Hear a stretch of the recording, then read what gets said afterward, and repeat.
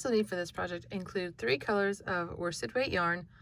All 3 of these that I'm using are the Just yarn from the Dollar Tree, Premier Just yarn, including this darker one that I'm not going to use for the tutorial. And you'll also need a size J hook. I'm using this one right here. It's a 6mm. I actually got this from the CGOA conference a couple years ago. It's a Nielsen wood hook. And you'll also need a yarn needle and some scissors to weave in the ends. Of course, you know how that is when you change colors. In multiple rounds, you'll have a few ends to weave in, but of course, once you're done, then they look really nice. I haven't woven in these either. But I just did it in a few color combos to kind of show you how it can look different. And we're going to use, like I said, the white and the yellow and the orange for our tutorial. Are you ready? Let's get started. Choose the color you want to use for your center and make a magic ring. This is the way I do mine. I hold the end of my yarn in my hand. I wrap it around, making an X, and then hold it. Go underneath the first strand, which is attached to your yarn tail, and pull up a loop. So it'll look like this. And then I will chain 1. And we're going to single crochet 8 times into this, making sure we're catching both of these pieces of yarn right here. So if you've never single crocheted before, you will insert your hook, yarn over and draw up a loop, yarn over and draw through both. And that's 1 single crochet. So we're going to do 8 of these, and then we'll pull it tight.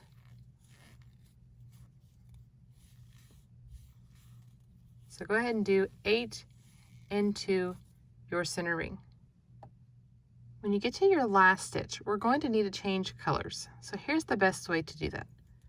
You'll go ahead and pull up a loop and stop right here. Whenever you change colors like this, it's good to do it when you're about to do the very last yarn over and pull through. I'm going to go ahead and pull my yarn tail, and it's going to close up. You can see how it closed up my ring. And I'm going to find my next color,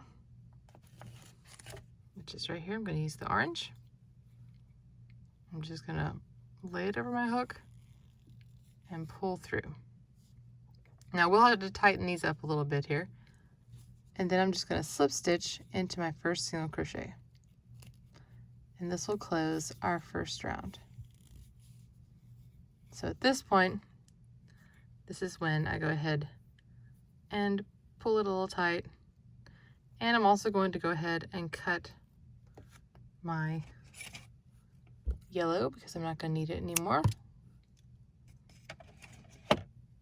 There we go, and I will get rid of it out of the way. Okay, so if it comes loose a little bit, don't worry, you can always pull on it and close it back up. And then of course when you weave in your ends, that'll take care of that too. So now we're going to do a puff stitch.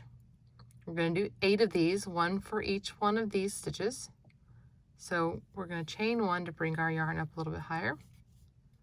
And a puff stitch is really just yarn over, insert, and we're going to insert the same one as the join there, and then pull up a loop. So now we have 3. We're going to do it till we have 9. So this will be 4. Insert in the same space. 5. Yarn over for 6. Insert, pull up a loop for 7. It kind of gets a lot of loops here, so it's a little crazy. 8.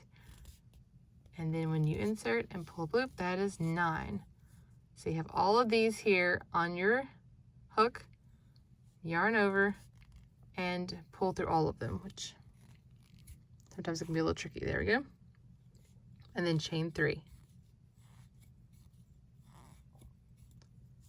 All right, so then into the next stitch. I'll show you one more of these puff stitches, yarn over. So I'll go ahead, when I do it, here's what I do. Okay, I go ahead, I already have 1. So I just count this way. 2, 3, 4, 5, 6, 7, 8, 9. And that way they're all here on my hook and I don't have to worry about it. I just count them. And then you pull through and chain 3.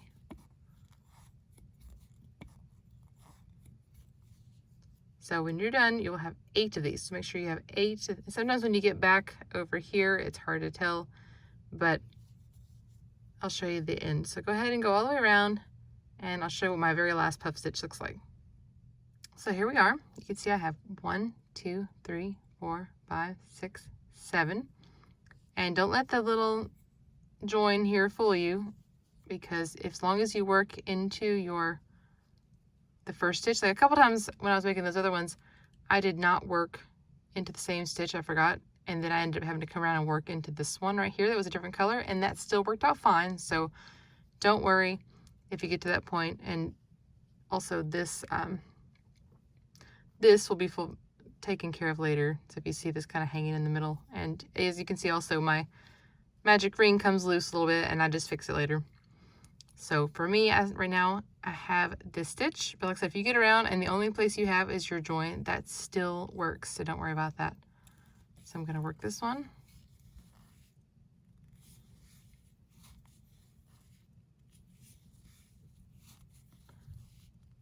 All right, this is, get my tail in here. All right, this is my last puff stitch, which on camera they're not wanting to pull through very smoothly. So now to join this last one and get our yarn where we want it to be, we're just going to chain 1 and we're going to work into the top of this puff stitch. So you just work right to the top of it,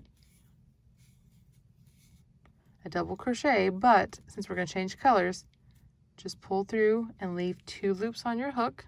Okay, I'll show you that again. So I chained 1 here, and if you're new to crochet, a double crochet is a yarn over, insert at the top of your puff stitch, yarn over and pull up a loop, yarn over and pull through 2. And normally we just yarn over and pull through 2 again, but changing colors, like I said, I'm going to go ahead and cut this yarn. We won't need this color anymore. And then I'm going to use white for the rest of mine. So I'm going to pull through my last 2 with white. Okay, then kind of pull it tightly there, kind of situate it. And here is what you got so far.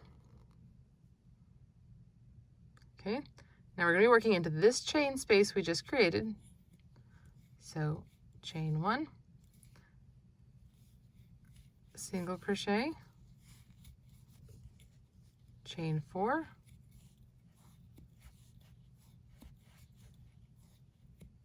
and single crochet right here beside that first one, all in the same chain space. Chain 3. These chain 4 spaces are our corners. Okay, now chain 3, and I'm going to work into the next chain space, a single crochet. I will chain 3 again, and now we're ready for a corner. So a corner is going to be single crochet, chain 4,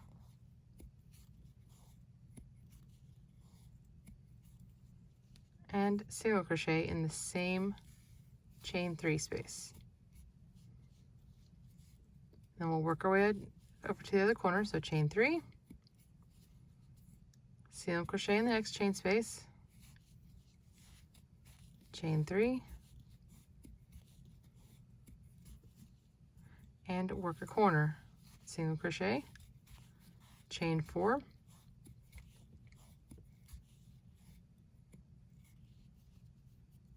and single crochet in the same chain space. Got one more corner to work over to, so chain 3,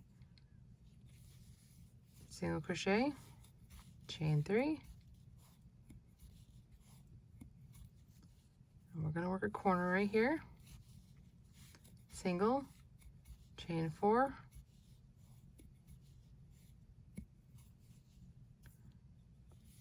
single, chain 3,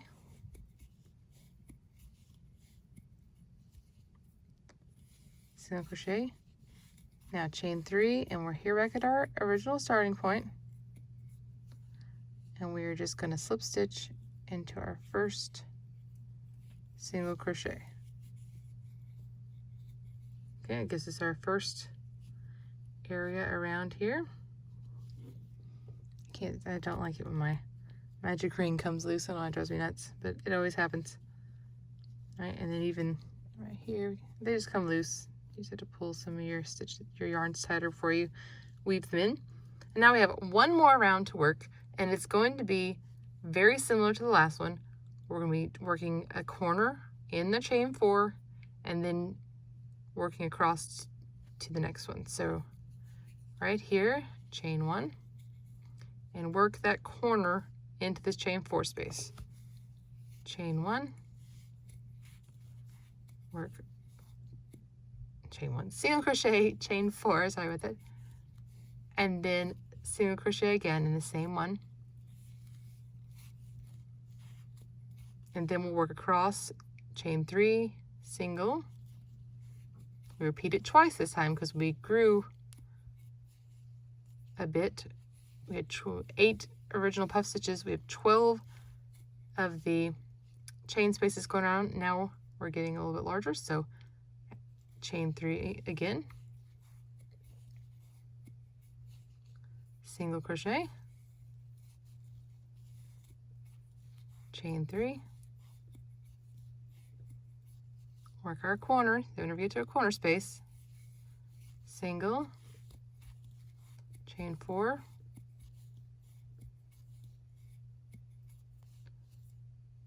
and you'll just repeat. Chain 3, single here, chain 3, single here, chain 3, work a corner, and just continue around, and we'll join right over here with a slip stitch. When you come back around, again, we'll just work right here into our single crochet. We'll do a slip stitch,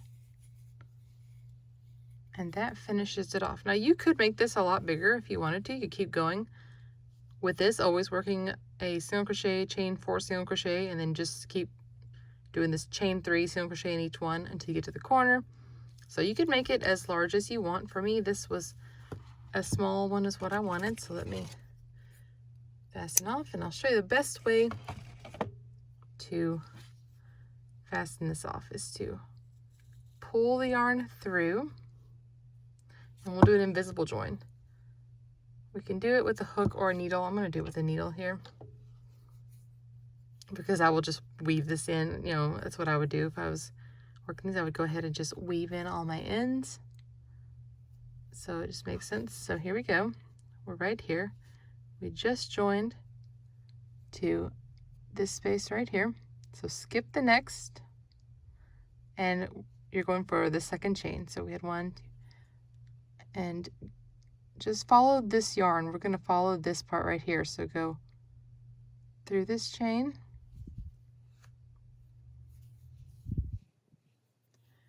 and then down through the same stitch where the yarn came from.